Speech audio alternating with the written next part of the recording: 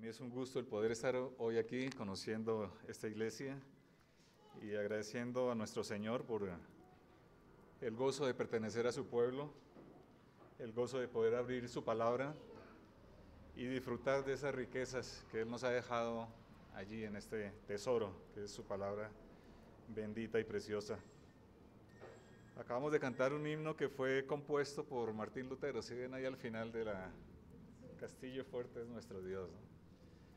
Y en la última estrofa de este himno se habla de la palabra. Dice que la palabra siempre permanecerá. Sí, es una promesa del Señor.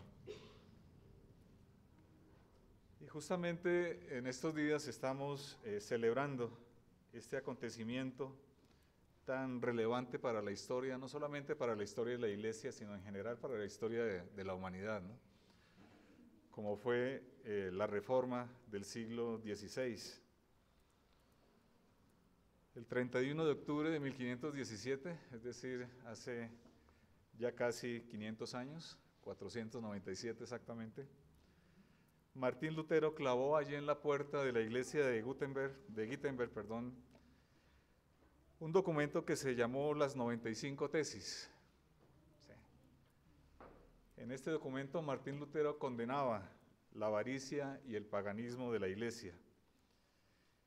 Y como dije hace un momento, fue un elemento, un acontecimiento de mucha trascendencia para la iglesia en particular, porque significó el retomar la palabra de Dios, pero también para toda la humanidad, porque de hecho ese acontecimiento de la Reforma marcó de alguna manera la historia social, política y religiosa de todo el mundo occidental. El Señor en su bendita providencia condujo justamente muchos acontecimientos alrededor de este momento histórico, del inicio de la Reforma. Bueno, de hecho la Reforma se inició muchos siglos anteriores a esta fecha, pero se toma como esta fecha como la fecha puntual en la cual se dio inicio a esa transformación del mundo conocido, sobre todo en la parte religiosa, ¿no? Y digo que la providencia del Señor porque efectivamente hubo elementos sociales, elementos políticos, elementos religiosos e incluso elementos tecnológicos que todos ellos confluyeron para que la reforma tuviese lugar, ¿no? Y ahí vemos esa providencia y ese ejercicio de la soberanía de Dios tan especial para sostener a su pueblo conforme a sus promesas, ¿no? Por ejemplo, en lo social nosotros entendemos, por ejemplo, que la vida que se vivía en aquel entonces era una vida de mucha oscuridad, donde vivía Martín Lutero, que era en Alemania. Él fue alemán, nació en un pueblo allí en Alemania. Era una nación que tenía mucho poderío en la parte comercial, pero estaba ensombrecido por esa pugna política que había entre la curia, entre el papado y la parte política. Justamente en aquella época también ocurría un hecho importante, que fue el descubrimiento de América. Más o menos por las mismas fechas coincidía, ¿no?, el descubrimiento de América. En lo religioso pues se había todo un caldo de cultivo, con una inconformidad muy marcada de los que eran fieles al Señor, porque se había desviado tanto la labor de la iglesia, la predicación de la palabra, que quedaba muy poco por rescatar de las formas en que se dirigía la iglesia en aquel entonces. Y también en la parte tecnológica, como les comenté, porque justamente unos pocos años antes había ocurrido un invento que también transformó la historia del hombre, ¿no?, que fue el invento de la imprenta de Gutenberg. Así que estas 95 tesis que Martín Lutero clavó allí en la puerta de aquella iglesia fue copiada e impresa utilizando justamente aquel invento de Gutenberg. Dice la historia que en 2 semanas aquellas 95 tesis habían sido divulgadas por toda Alemania y en 2 meses había sido divulgada por toda Europa, por todo el mundo conocido de entonces, ¿no? Y eso gracias a ese invento de Gutenberg. Así que vemos allí la providencia del Señor muy marcada, ¿no? De hecho, esta imprenta, el primer libro que imprimió fue la Biblia. La Biblia que se conoció entonces como la Biblia de las 42 líneas. Y se conocía así porque cada página tenía impreso 42 renglones, ¿no? Esa fue la Biblia de las 42 líneas, y algún estudioso del tema dice, no fue simplemente el primer libro impreso, sino que además fue el más perfecto de todos. ¿Vemos allí la providencia del Señor? Claro que sí, ¿no? En esas 95 tesis, Lutero denunciaba públicamente la venta de indulgencias, sobre todo. Era como la remisión de pecados comprada por precio de dinero. Cualquier persona podía comprar entonces ese perdón para sí mismo o incluso para sus familiares muertos. Lutero, al estudiar y al contrastar la realidad de la iglesia y de ese tipo de predicaciones que se estaban extendiendo, compararlo y contrastarlo con lo que decía la palabra del Señor, encontró que había una flagrante contradicción entre lo que la iglesia decía y lo que estaba practicando. Una contradicción con el Evangelio de Jesucristo, que era o que es solamente por la gracia del Señor. Y por eso luchaba contra personajes, ¿no? Como Johann Tetzel. No sé si ustedes saben quién fue este monje, ¿no? Fue un monje que fue enviado justamente por el Papa para Alemania para recaudar fondos vendiendo indulgencias con el fin de construir la Basílica de San Pedro. Hoy vemos aquella construcción majestuosa y grandiosa, pero tendríamos que entender que cada ladrillo que hace parte de esa basílica fue construido a precio de engaño, engañando al pueblo, vendiendo indulgencias. Y esto fue la gota que llenó el vaso para Martín Lutero. De intentar entender, de conocer el futuro. Eso es algo que siempre atrae a la humanidad. Así que la iglesia en ese momento intentaba desarrollar esas tres formas de interpretar la palabra del Señor. Y evidentemente eso, como Martín Lutero mismo lo comprobó, en lugar de aclarar el sentido de la palabra, lo que hacía era oscurecerlo completamente. Porque ese no era el sentido por el cual fue establecida la palabra del Señor. Así que Martín Lutero propuso un método, esta fue una de las aportaciones que hizo en el momento, y es que el sentido de las Sagradas Escrituras es Cristo y el Evangelio de Salvación. Ese es el verdadero sentido de la palabra. Dios se revela en Cristo y la Escritura es el libro que proclama esa revelación, la revelación de Cristo. Por lo tanto, quien no descubre en toda la palabra de Dios a Jesucristo, carece de la clave para comprenderla realmente. Eso es muy importante en la obra de Martín Lutero. Es como diría una predicación muy famosa de Charles Spurgeon, la vieja historia, la historia del Evangelio. No sé si alguno ha escuchado este sermón o lo ha leído. La vieja historia que es el Evangelio del Señor Jesucristo. Martín Lutero no estaba inventando nada nuevo. No estaba trayendo una forma nueva de interpretar la palabra, estaba ahora volviendo a lo que dice la palabra realmente. Él básicamente lo que hizo fue abrir la palabra y encontrar esos grandes tesoros que significa la revelación de Dios, y esa revelación apuntando siempre el Evangelio del Señor Jesucristo. Así que podríamos resumir las aportaciones de Martín Lutero en dos hechos fundamentales. Uno, volver a la palabra de Dios y descubrir en ella la gracia de salvación. Un primer punto clave. Y un segundo que tiene mucha relación con aquel primero es ver a Cristo revelado en toda la palabra de Dios como principio fundamental para poderla comprender.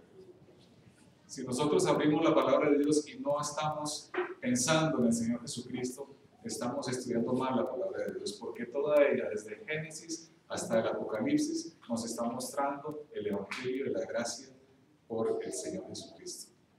Ninguna página de la Biblia tiene una connotación diferente a esa: mostrar la redención por Jesucristo. No obstante, esas verdades que hoy nosotros estamos proclamando,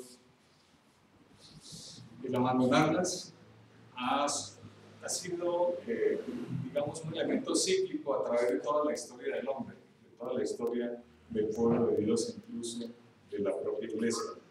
Abandonar la centralidad de la palabra ha supuesto el abandonar el designio de Dios para la iglesia, ha supuesto entonces reemplazar esa palabra por otra serie de elementos como las tradiciones, como otros dioses, como sucedía en la época de Israel, como el modernismo, que hoy muchas iglesias proclaman, como las nuevas olas que cada 2 por 3 vienen y entonces invaden las iglesias.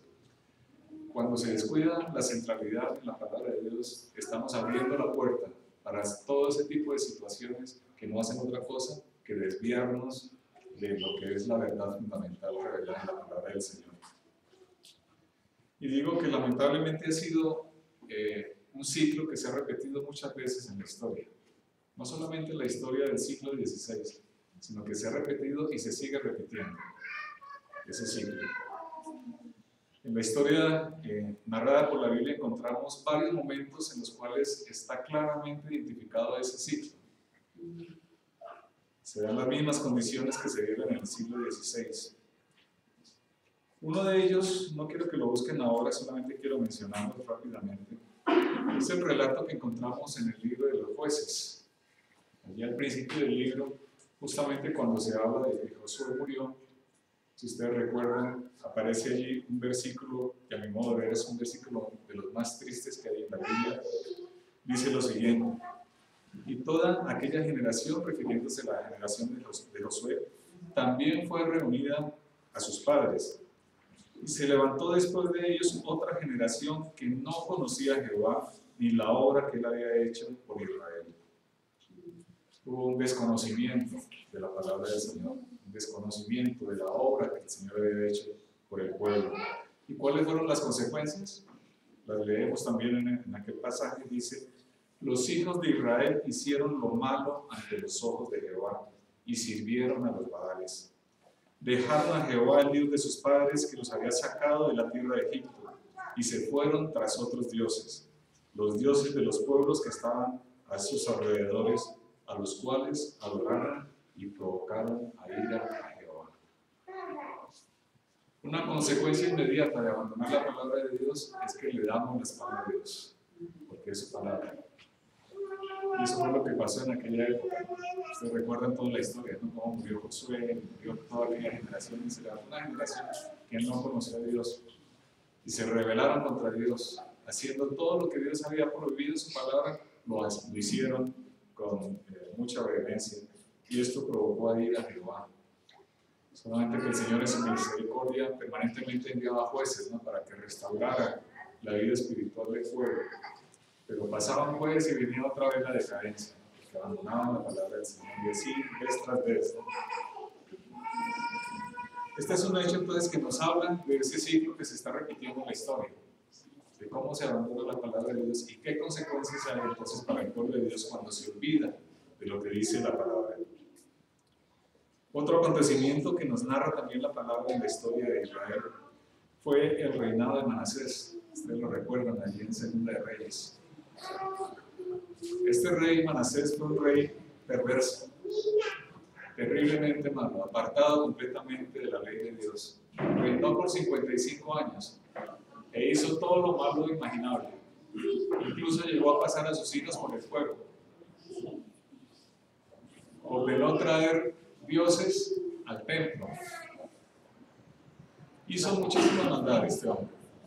Tanta maldad hizo que en ese momento Dios decretó que este pueblo fuese invadido por los babilonios, los caldeos, y fuesen sometidos a un exilio que duró muchísimos años. Todo el exilio de los que nos hablan los profetas Jeremías, Isaías, Habacuc, todos estos profetas nos hablan de ese exilio. Y ese exilio fue decretado por el Señor justamente a raíz de ese olvido de la palabra de Dios que fue materializado en la perversidad de este rey Manasés. En aquel tiempo hubo una pequeña reforma de parte del nieto de Manasés, el rey Josías. No sé si ustedes recuerdan la historia también de Josías. Este rey dice que descubrió la palabra de Dios. El rey había mandado a unos subalternos a que buscaran en el templo algunas joyas, algunas reliquias que habían en ese lugar, y cuando fueron aquellos a buscar encontraron la Biblia, encontraron lo que había en ese momento de Biblia, ¿no?, el rollo de la ley de Dios. Y dice que estos subalternos leyeron este texto y se lo llevaron al rey Josías. Y Josías hizo que lo leyeran otra vez delante de él para escuchar qué era lo que decía el rollo de la ley. Dice que cuando él escuchó lo que decía, Él rasgó sus vestiduras. Rasgó sus vestiduras porque dijo, no es posible que nosotros hayamos vivido tan alejados del Señor, de Dios.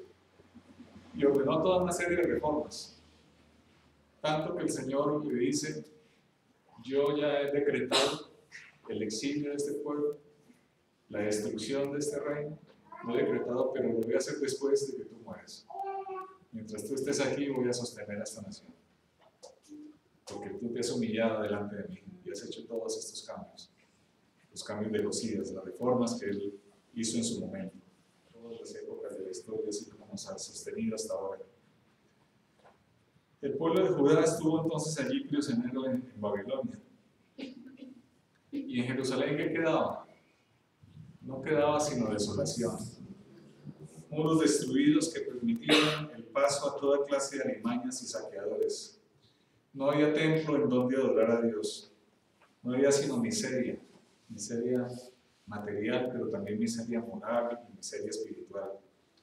Y esto nos da una imagen de lo que significa el hombre caído. Las miserias del hombre caído es eso, la miseria moral, la miseria espiritual, que hoy a nuestros ojos está constantemente enseñándose.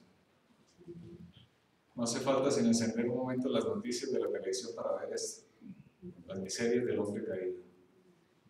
No hace falta sino subirnos en un autobús para ver las miserias del hombre. Un hombre alejado, una sociedad alejada por completo de la palabra de Dios, que trajese el libro de la ley de Moisés, la cual Jehová había dado a Israel. En este versículo encontramos varios aspectos que yo quisiera señalar esta mañana, hermanos, porque quizás nos animen también a otra vez a volver hacia esos pasos que el pueblo en su momento estaba teniendo, el pueblo de Israel. Por un lado vemos el concepto de unidad del pueblo. Dicen que todo el pueblo como un solo hombre estaba reunido en aquella plaza. ¿Sí? La unidad, se juntó todo el pueblo entonces y tenían un mismo propósito. ¿Cuál era ese propósito? Era escuchar la palabra de Dios. Ese era el propósito. Y yo creo que eso es fundamental, hermanos, para que nosotros entendamos que el propósito que nos congrega hoy a nosotros como iglesia no es el ver a nuestros hermanos y saludarlos, que también es una gracia del Señor, pero es fundamentalmente escuchar la palabra de Dios. Eso es lo que debe congregarnos a nosotros como iglesia, hermanos. Escuchar la voz de Dios. La centralidad de nuestro culto es la palabra de Dios, no es otra cosa. Cuando perdemos esa centralidad, estamos exponiéndonos a desviarnos, como se desviaron entonces aquellas personas y fueron exiliadas en Babilonia, o como se desvió completamente la iglesia de los siglos que precedieron a la reforma del siglo XVI, cayendo en aquellos pecados, en aquella tergiversación de la palabra y anunciando cosas que no están escritas en el Evangelio. ¿Por qué razón? Porque perdieron la centralidad de la palabra del Señor. Así que, hermanos, yo quiero exhortarlos esta mañana que nunca perdamos la centralidad de nuestros cultos al Señor en la palabra de Dios. Ella es la que nos motiva a reunirnos, a escucharla, a entenderla, a practicarla y a enseñarla, como lo hacía entonces Esdras en esa oportunidad. Y lo hizo justamente delante de la puerta de las aguas. Es interesante, ¿no? Esto no es coincidencia tampoco. Las aguas representan la limpieza, ¿no? Eso representa la palabra agua, limpieza, así como la palabra de Dios limpia el corazón del hombre. El Señor Jesús les dice a sus apóstoles, a sus discípulos, ya vosotros estáis limpios, ¿por qué? Por la palabra. La palabra es la que limpia nuestros corazones, hermanos. Y algo interesante también que aparece en este versículo es que fue el pueblo el que le pidió a Esdras que abriera la palabra de Dios. ¿Sí lo notan allí lo que dicen? Dijeron al escriba Esdras que trajera el libro de la ley de Moisés y que la leyera. El pueblo exigió a Esdras esto. Así que también esto, traducido hoy a nuestro contexto, podríamos decir que como iglesia del Señor siempre debemos exigir a la persona que esté predicando que hable de la palabra de Dios. No nos interesan las experiencias personales, no nos interesan las opiniones de los individuos, nos interesa la palabra de Dios. Por lo tanto, como iglesia exijamos siempre que lo que se anuncie desde el púlpito sea la palabra y solamente la palabra. Aprendamos de esto del pueblo de Israel en ese momento. El pueblo de Judá, que durante muchos años había desechado una y otra vez la palabra de Dios, escogiendo seguir a otros dioses. Durante muchos años incluso había asesinado a los profetas que Dios había enviado para anunciarles la palabra, que había sido terco en sus pecados y en sus maldades. Ahora pide que se lea la palabra de Dios. ¿Qué le pasó a este pueblo? ¿Por qué ese cambio? Es una pregunta que nos hacemos. ¿Cómo un pueblo que ha vivido tan tercamente, obstinadamente alejados de Dios, levantando otros dioses y viviendo en contra de los propósitos de Dios, ahora le pedía a Esdras que abriera la palabra de Dios y que la leyera? Pues la única razón que yo encuentro es la obra de la gracia de Dios. No puede haber otra respuesta, hermanos.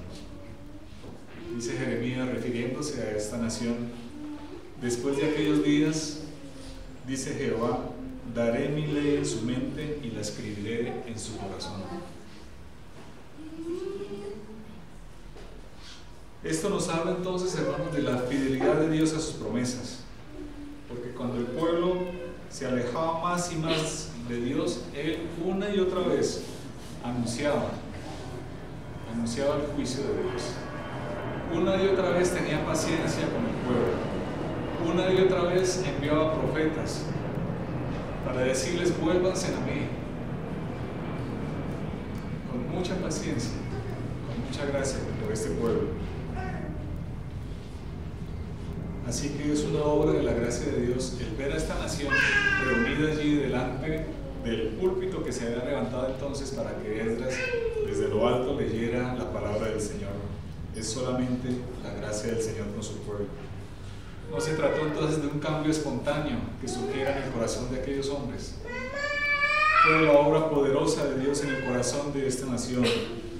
La verdadera obra de reconstrucción realmente no fue la reconstrucción de las murallas o la reconstrucción de un edificio, ¿no?, como fue el templo, sino fue la reconstrucción de la palabra de Dios en el corazón de aquellos hombres. Esa fue la verdadera reconstrucción que se sucedió entonces, y esto siempre nos habla del concepto de la gracia de Dios. Aquel pueblo no merecía para nada que Dios los trajese otra vez de vuelta a su nación. No merecía para nada que se abriese otra vez la palabra para que ellos pudieran escucharla. Ellos no lo merecían, así como nosotros tampoco lo merecimos en su momento de que el Señor nos trajese a los pies de la cruz de Cristo. Ninguno de nosotros lo merecíamos, y esto fue solamente una obra de la gracia de Dios, y lo sigue siendo a través de toda la historia. Avancemos un poco, hermanos, y veamos los versículos que siguen. Dice el versículo 2: y el sacerdote Esdras trajo la ley delante de la congregación, así de hombres como de mujeres, y de todos los que podían entender, el primer día del mes séptimo.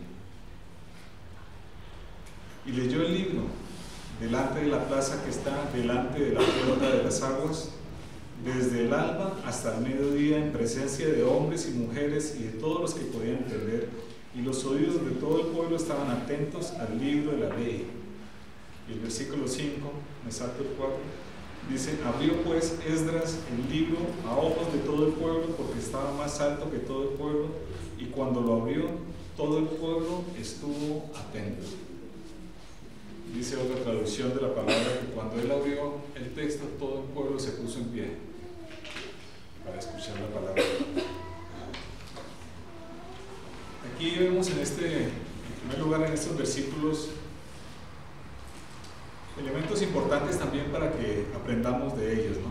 En primer lugar, habla de que todo el pueblo, y ahí incluye entonces a hombres, mujeres y niños con capacidad de entender. Dice: todos los que tenían capacidad de entender estaban allí congregados escuchando lo que Esdras estaba leyendo. Esto nos enseña, hermanos, a valorar la importancia que tiene la palabra de Dios para toda la familia. Incluso los niños de corta edad siempre que tengan esa capacidad de entender, están convocados a la asamblea para escuchar la voz de Dios. Exponerlos a la palabra de Dios. No se necesita tener mentes eruditas, no se necesita tener grandes capacidades, hermanos, para entender la palabra de Dios. Se necesita estar atentos a lo que el Señor quiere decirme a mí. Eso es lo que se necesita, nada más sino eso.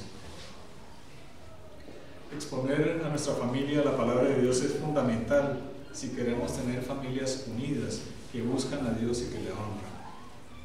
Es muy importante, hermanos, ustedes que son padres, que tengan en cuenta este mensaje que hoy nos trae el Señor en esta palabra, ¿no? Todos los que pueden entender deben ser expuestos a la palabra de Dios. Como padres cristianos, nuestro mayor anhelo no debe ser el de tener hijos profesionales que tienen un buen empleo, que ganan un buen sueldo, sino más bien tener hijos que aman a Dios. Si esto sucede, hermanos, todo lo demás es basura. Todo lo demás es añadidura.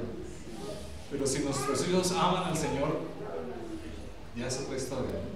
Sí sabemos que solamente el Señor es el que puede cambiar sus corazones, nosotros no lo podemos hacer, pero en cambio la palabra del Señor sí nos incita y nos dice a nosotros que como padres tenemos la obligación de exponer la palabra del Señor en el camino y fuera del camino, a todas horas, anunciarles la palabra del Señor, y esa es nuestra obligación.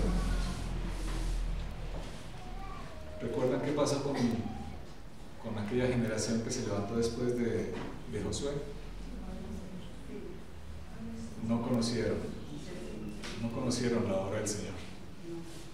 ¿Qué pasó en ese cambio de generación? Quizás podríamos decir que no hubo esa transmisión de la palabra de una generación a otra, y se perdió entonces. Se perdió la palabra del Señor en esa transmisión de una generación a otra. Y es triste también, hermanos, que en muchas iglesias pasa esto. Están los padres muy fieles asistiendo, pero sus hijos desaparecen de la iglesia cuando llegan a la edad, cuando ya dicen no quiero volver. ¿Sí? ¿Qué pasa? Pues yo lo repito, realmente la obra en el corazón de los seres humanos es solamente de Dios y Él pertenece a la salvación, no nos pertenece a nosotros asignar la salvación de nuestros hijos, pero sí nos pertenece a nosotros orar por ellos y exponerlos a la palabra de Dios. Esto sí que nos toca a nosotros. Y el Señor un día a nosotros como padres, y hablo sobre todo a los varones, el Señor nos va a llamar a cuentas.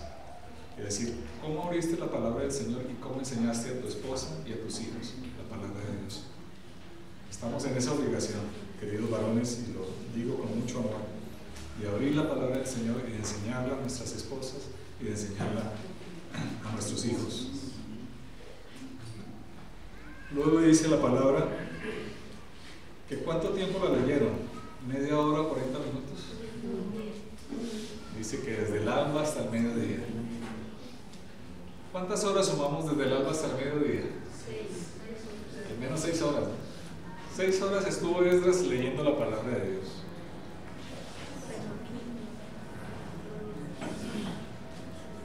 Es un desafío para nosotros, ¿no? Muchas veces a los 30 minutos comenzamos a mirar alrededor y intentar salir el asiento a movernos para un lado y otro. Que el pueblo estuvo allí 6 horas escuchando lo que Esdras estaba leyendo. Y además es interesante que no fueron 6 horas de aburrimiento, de cansancio, sino todo lo contrario. Dice que los oídos del pueblo estaban ¿qué? Estaban atentos. Los oídos de todo el pueblo estaban atentos a esta lectura de la palabra de Dios. Fue sobre todo entonces 6 horas de expectante atención al libro de Dios. Y esto nos lleva entonces también a hacernos una pregunta, hermanos, cada uno de nosotros. ¿Cuánto tiempo estamos dedicando nosotros a la lectura de la palabra de Dios? ¿Con cuánta expectación esperamos cada día la hora de la lectura de la palabra? ¿Con cuánto deseo esperamos aquel momento precioso de abrir esos tesoros que están escondidos en la palabra del Señor? Es una pregunta que creo que todos debemos hacernos, ¿no? Quizás todos nosotros hemos visto al menos algún capítulo de la película que se llama Indiana Jones, ¿verdad? ¿Sí hemos visto alguna vez esta película? El argumento es el mismo en todas las entregas, ¿no?, de esta película. ¿Cuál es el argumento? Que hay un tesoro, que hay que buscarlo, ¿no? Y el personaje, el protagonista, con algunos aliados, están persiguiendo aquel tesoro, ¿no?, y sufren toda clase de aventuras, de riesgos, con tal de poder llegar a aquel tesoro. Y cuando lo descubren y abren aquel tesoro, pues se maravillan de lo que han encontrado. Pues hermano, esto nos habla también de cómo debemos nosotros buscar el tesoro escondido en la palabra de Dios. Cuando abrimos la palabra del Señor es como cuando abrimos un baúl repleto de joyas preciosas que el Señor tiene para nosotros. ¿Con cuánta expectativa deberíamos acercarnos a la palabra de Dios cada día, hermanos? Abrirla para descubrir esas piedras preciosas que el Señor ha dejado para nosotros, para que nosotros nos deleitemos en ella, en su palabra. Para ello hace falta de verdad considerar cuál es el verdadero significado de la palabra del Señor para nuestras vidas. ¿Qué valor tiene la Biblia para nosotros? ¿Cuántas veces la escudriñamos? ¿Cuántas horas dedicamos a leer en ella? ¿Cuántas veces nos acercamos al pastor o a otro hermano que sepa un poco más y le preguntamos de dudas que nos surgen al leerla? ¿Cuál es el verdadero valor que tiene la palabra para nosotros? Hermanos, la perdición del pueblo, como les comenté hace un momento, en los ciclos de los tiempos, la perdición del pueblo ha sido abandonar la palabra de Dios. Esa ha sido la razón, no ha habido otra. Porque cuando abandonamos la palabra de Dios tenemos que llenar ese vacío. Y lo llenamos de cualquier forma. Con televisión, lo llenamos con ir a las tiendas, a los centros comerciales, lo llenamos con coger el móvil y estar chateando allí horas y horas. ¿Sí? Lo llenamos de cualquier cosa porque hay un vacío que solamente la palabra de Dios puede llenar. Así que es una pregunta muy importante que debemos hacernos hoy día, hermanos. ¿Qué valor tiene para nosotros esa palabra de Dios? ¿Qué tan atentos estamos a ella? Tal como lo dice el versículo 5, ¿no? Estaban todos atentos al libro de la ley. Bien, hermanos, avancemos al versículo 6. Dice el pasaje: abrió pues Esdras el libro a ojos de todo el pueblo porque estaba, estoy leyendo el 5, más alto que todo el pueblo, y cuando lo abrió todo el pueblo estuvo atento. Y el 6 dice: bendijo entonces Esdras a Jehová Dios grande, y todo el pueblo respondió: amén, amén, alzando sus manos, y se humillaron y adoraron a Jehová, inclinados a tierra.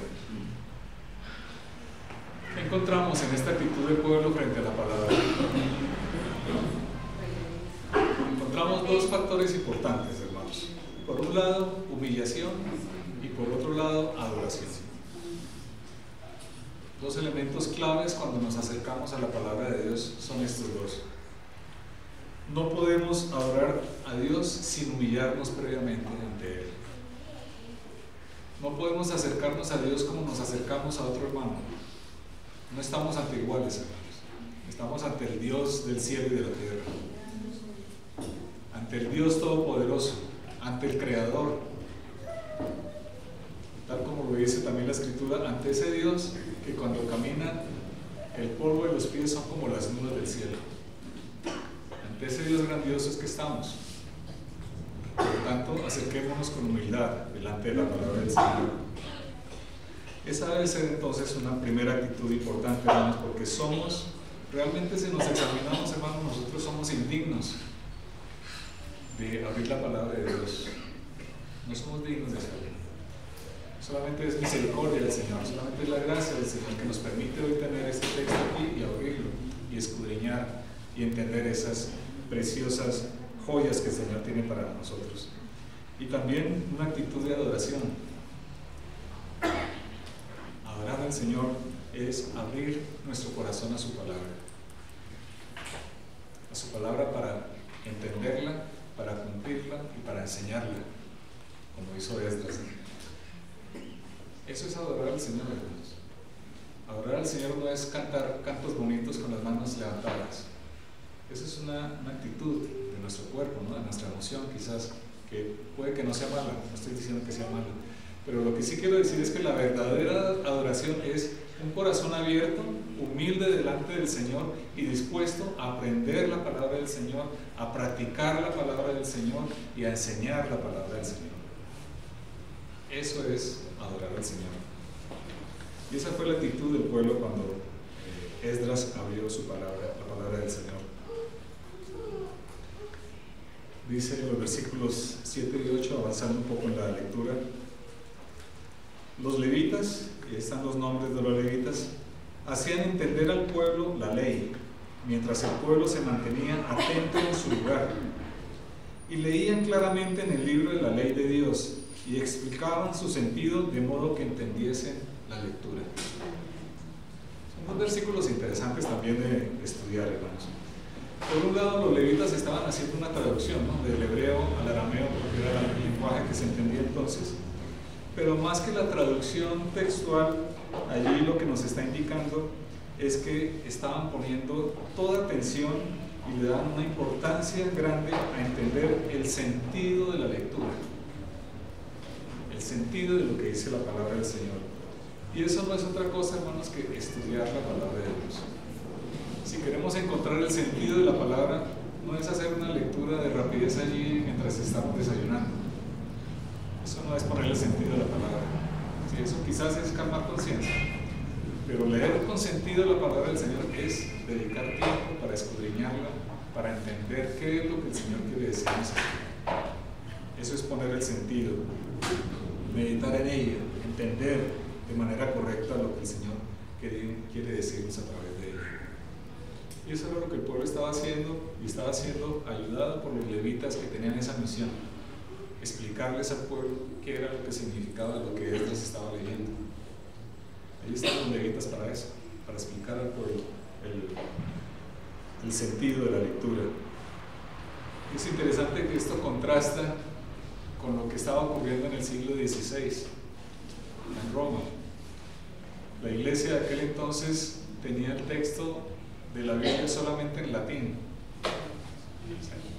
En aquel entonces no habían tantas personas que supieran leer y mucho menos que supieran entender el latín, mucho menos. Y en la iglesia de aquel entonces se leía en latín y se hacía de espaldas. El sacerdote se giraba y leía la palabra así. Todo lo contrario a lo que dice la palabra aquí. Estaban ocultando el sentido de la palabra del Señor en vez de hacerlo visible. ¿Cuál es el sentido de la palabra del Señor?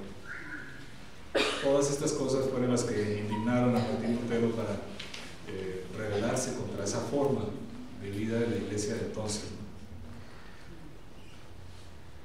Al acercarnos, hermanos, a la palabra de Dios debemos hacerlo con mucha reverencia, con temor y temblor, pero también al mismo tiempo buscando hacer cercana la palabra del Señor a nuestras vidas. Diría que con cierto atrevimiento. Me refiero al atrevimiento con el que nos sentimos atraídos a abrir un baúl donde hay un gran tesoro. Aquel atrevimiento que nos permite saber que lo que Dios dice aquí en su palabra es para nosotros. No es para el hermano que está sentado al lado, es para mí. Lo que el Señor quiere decir, es para mi vida. Ese tipo de atrevimiento que nos permite disfrutar de esos regalos de Dios. Así que un llamado, hermanos, es que te atrevas a estudiar la palabra de Dios. Atrévete a estudiar la palabra de Dios, a descubrir esos grandes tesoros, a disfrutar de lo que el Señor tiene preparado para ti. Vuelvo y repito, no necesitamos mentes brillantes para entender la palabra de Dios. Necesitamos acercarnos con humildad y con reverencia delante del Señor al abrir su palabra. Eso sí, con humildad. Pero no necesitamos ser muy inteligentes, ni tener una mente brillante, o tener estudios en el seminario para poder abrir y entender la palabra del Señor. El Señor mismo se revela a nosotros a través de ella.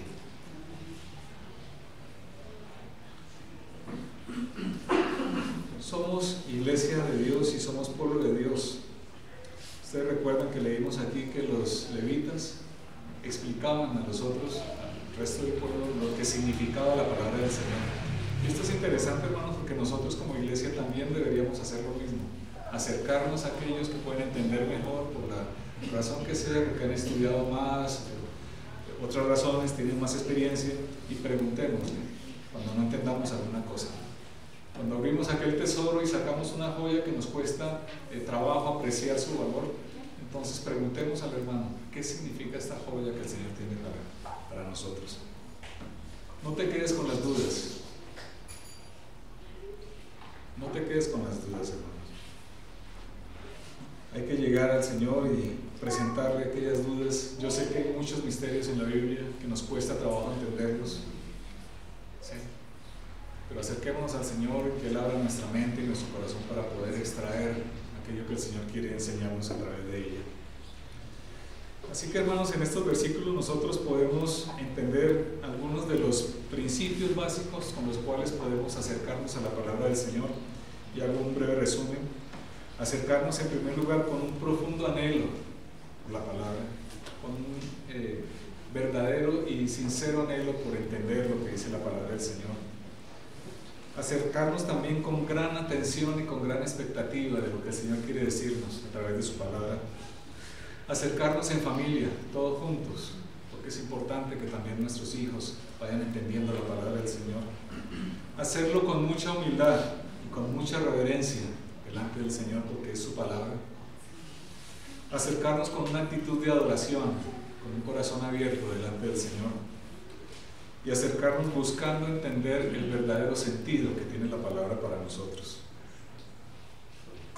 Condiciones necesarias, hermanos, para mantenernos en el camino correcto. El rumbo correcto como iglesia es este: acercarnos con esas actitudes delante de la palabra del Señor.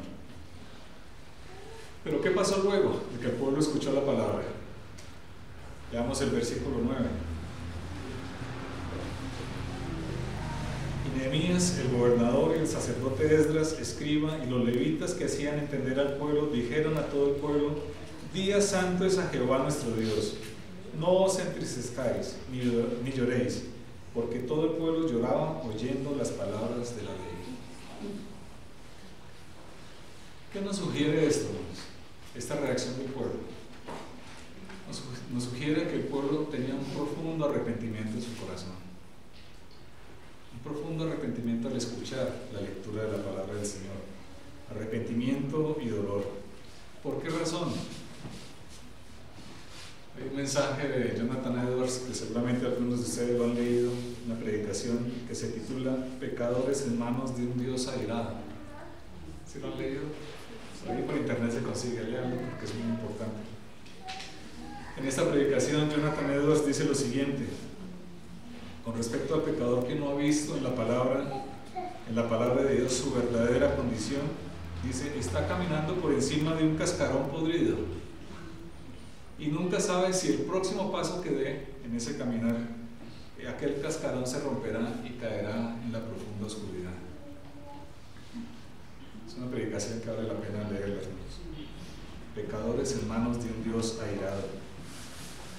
La palabra de Dios nos revela al Dios tres veces santo. Santo, santo, santo es el Señor. Nos muestra también el contraste entre ese Dios santo, santo, santo y nosotros, que somos pecadores, pecadores, pecadores. Así que tenemos una mala noticia. Es que el Evangelio, siempre hemos dicho que el Evangelio son buenas noticias, pero es que son buenas noticias porque hay una mala noticia. ¿Sí? La palabra del Señor nos dice que nosotros, los pecadores, estamos destituidos de la gloria de Dios, porque no es posible que el pecado entre en la presencia del Dios tres veces santo. Por eso es una mala noticia para los pecadores. Pero cuando Dios abre el corazón de sus escogidos para que comprendan esa terrible situación en la que se encuentran, de pecado, sin ninguna excusa delante de Dios, no hay otra reacción posible, hermanos, que llorar amargamente delante del Señor en arrepentimiento. Como lo hizo Pedro. ¿Sí recuerdan a Pedro? Cuando negó al Señor, dice que salió a llorar amargamente. Una actitud de arrepentimiento, porque el pecado, cuando contrastamos nuestra vida delante de la palabra, que es como un espejo, que nos revela quiénes somos nosotros, y vemos en ese espejo quiénes somos, no tenemos otra reacción posible que llorar tristemente delante del Señor por todas nuestras maldades e iniquidades. Y eso era lo que el pueblo estaba haciendo, llorando tristemente al escuchar la palabra del Señor en ese momento. ¿Recuerdan a María Magdalena cuando se acercó al Señor? Se acercó al Señor llorando inconsolablemente a los pies de Cristo, porque entendía su condición de pecadora delante del Señor. Pero aquel texto es maravilloso, ¿no? Porque aquella mujer que entendió su condición de pecadora, porque Dios abrió su corazón y ella pudo ver quién era ella delante de Dios, el Señor al final del capítulo 7 le dice: tus pecados te son perdonados, tu fe te ha salvado, ven en paz. Y esa es la gran buena noticia del Evangelio. Esa es la gran buena noticia del Santo Evangelio del Señor. Hoy es día de salvación, dice el Señor. Tus pecados te son perdonados. Por fe has sido salvo. ¡Qué gran noticia! Hay salvación para los que Dios atrae, como atrajo a María a los pies del Señor Jesucristo. Por eso, hermanos, cuando nosotros nos arrepentimos delante del Señor, sintámonos privilegiados de que el Señor ha abierto nuestra mente y nuestro corazón para ver nuestra condición delante de Él y entender qué significa la gracia del Señor. No hay otra forma de comprender la gracia del Señor si no nos vemos como somos, porque no hay absolutamente ningún remedio delante del Señor sino solamente su gracia. No hay otra posibilidad, hermanos. Nuestra condición de pecadores delante del Señor nos separa completamente de Él, porque Él es 3 veces santo. Y por eso tiene tanto valor la sangre del Señor Jesucristo, vertida en la cruz del Calvario, porque esa sangre es la que nos lava de todos nuestros pecados. Esa misma buena noticia es la que Esdras da al pueblo. Hoy es día consagrado a Dios, dice Esdras. No lloréis, no estéis tristes, porque hoy es día consagrado al Señor. Esdras nos está señalando al Señor Jesucristo. Esdras es un tipo, dicen los teólogos, un tipo de Cristo. Y es que en todo el Antiguo Testamento vemos tipos del Señor Jesucristo, ¿no? Tantos personajes que no pararíamos, pero en todos vemos cómo están apuntando al Evangelio del Señor Jesucristo. Esdras está apuntando al Evangelio del Señor Jesucristo. Está diciendo: ustedes, pueblo, no merecían nada de Dios, pero ¿saben qué? Estén alegres. Alégrense, porque hoy es día de salvación. Luego dice en el versículo 10: id, comed alimentos grasos, bebed vino dulce y enviad porciones a los que no tienen nada preparado, porque este es día consagrado a nuestro Señor. No os entristezcáis, porque el gozo de Jehová es vuestra fuerza. Esto nos recuerda un poco la parábola del hijo pródigo. ¿Se recuerdan lo que sucedió allí? Vino arrepentido el hijo a buscar a su padre, y cuando el padre lo ve, sale a su encuentro. Sale a su encuentro y lo abraza. Y no solamente eso, sino que prepara un gran banquete para celebrar que el hijo que estaba muerto ha vuelto. Esa parábola es preciosa, porque se aplica a cada uno de nosotros, hermanos. Estábamos muertos en nuestros delitos y pecados, pero hay fiesta en el cielo cuando podemos llegar arrepentidos delante del Señor por la obra de su Espíritu en nuestros corazones, que nos deja ver nuestra condición. ¿Saben, hermanos? Dios se goza en salvar a pecadores. ¿Sí saben eso, hermanos? Dios disfruta de salvar a pecadores. Hay gozo y alegría y fiesta en el cielo, y repito. Es más, Dios salva por amor de su nombre. Dios salva para su complacencia. Dios salva para su gozo. El gozo del Señor es el que nos fortalece, ¿no? Y esa es la gran noticia, hermanos. No somos salvos por nosotros mismos. Tendríamos, si fuese así, que llorar amargamente, no solamente en esta vida, sino en la vida eterna. Tendríamos que llorar amargamente nuestra condición de pecadores. Somos salvos porque a Dios le ha producido gozo salvarnos, y ha sido su voluntad. que nosotros seamos salvos. Él está feliz de perdonarnos y esa es nuestra fuerza. Eso es lo que nos mantiene en pie, hermanos. La fuerza que tenemos para seguir adelante en nuestro camino a través de la palabra del Señor, en nuestro día a día, sirviéndole a Él, es justamente el gozo del Señor. Que el Señor se goza en salvar pecadores, que el Señor ha disfrutado en llamarnos al arrepentimiento, que el Señor ha mostrado a nuestro corazón nuestra condición para que nosotros presurosos corramos a los pies de la cruz de Cristo. Y en esto el Señor se goza. Así que, hermanos, como conclusión podemos decir que hay un paralelo muy marcado entre aquel acontecimiento que podríamos llamarlo, este capítulo 8, como la reforma del siglo VI antes de Cristo, en contraste con la reforma del siglo XVI después de Cristo.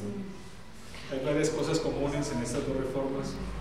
Hay un templo que se está consagrando allí en este capítulo de Nehemías. Había una iglesia, la iglesia de San Pedro, en la época de la reforma.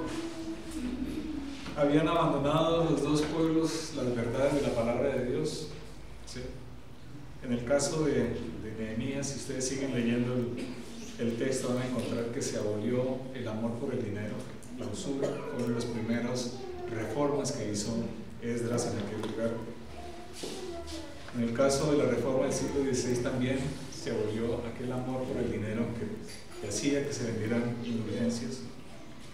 El pueblo estaba en ruina moral y espiritual, ¿sí? Y se redescubre la palabra de Dios. Hay ese paralelismo entre estos dos hechos históricos, hermanos. Pero sobre todo, déjenme decirles, hermanos, que también hay una similitud muy marcada con la gran reforma. ¿Ustedes saben cuál es la gran reforma? Es la reforma de tu corazón y de mi corazón por la obra de Cristo en la cruz del Calvario. Esa es la gran reforma, hermanos. La reforma que tiene ese mismo punto de partida, el descubrir la palabra de Dios, el descubrir el santo evangelio de salvación. Nuestra vida era una ruina completa, muros derribados, templo destruido, pobreza moral, pobreza espiritual. Y en medio de esa situación, hermanos, de desesperanza, viene Cristo con su palabra a abrir nuestro corazón y decir: hay salvación para ti. Esa es la gran reforma que el Señor ha hecho en nuestros corazones y es la que tenemos que celebrar, no cada año el 31 de octubre, sino cada día de nuestras vidas. Celebrar la gran reforma que el Señor ha hecho en nuestros corazones, esa transformación obrada por el poder de su palabra. La palabra de Dios, hermanos, y esta es una conclusión, debe ser siempre tenida como el instrumento de Dios que nos ha dejado para que entendamos lo que Él ha querido revelar a nuestros corazones. Así que, hermanos, que no repitamos aquellos ciclos que se han repetido a través de la historia cuando el pueblo abandona la palabra de Dios, sino más bien que cumplamos fielmente nuestra confesión de fe, nuestros distintivos como Iglesia Reformada, que sea la palabra, ella, nuestra única norma infalible de fe y conducta. Amén. Señor, bendiga su palabra.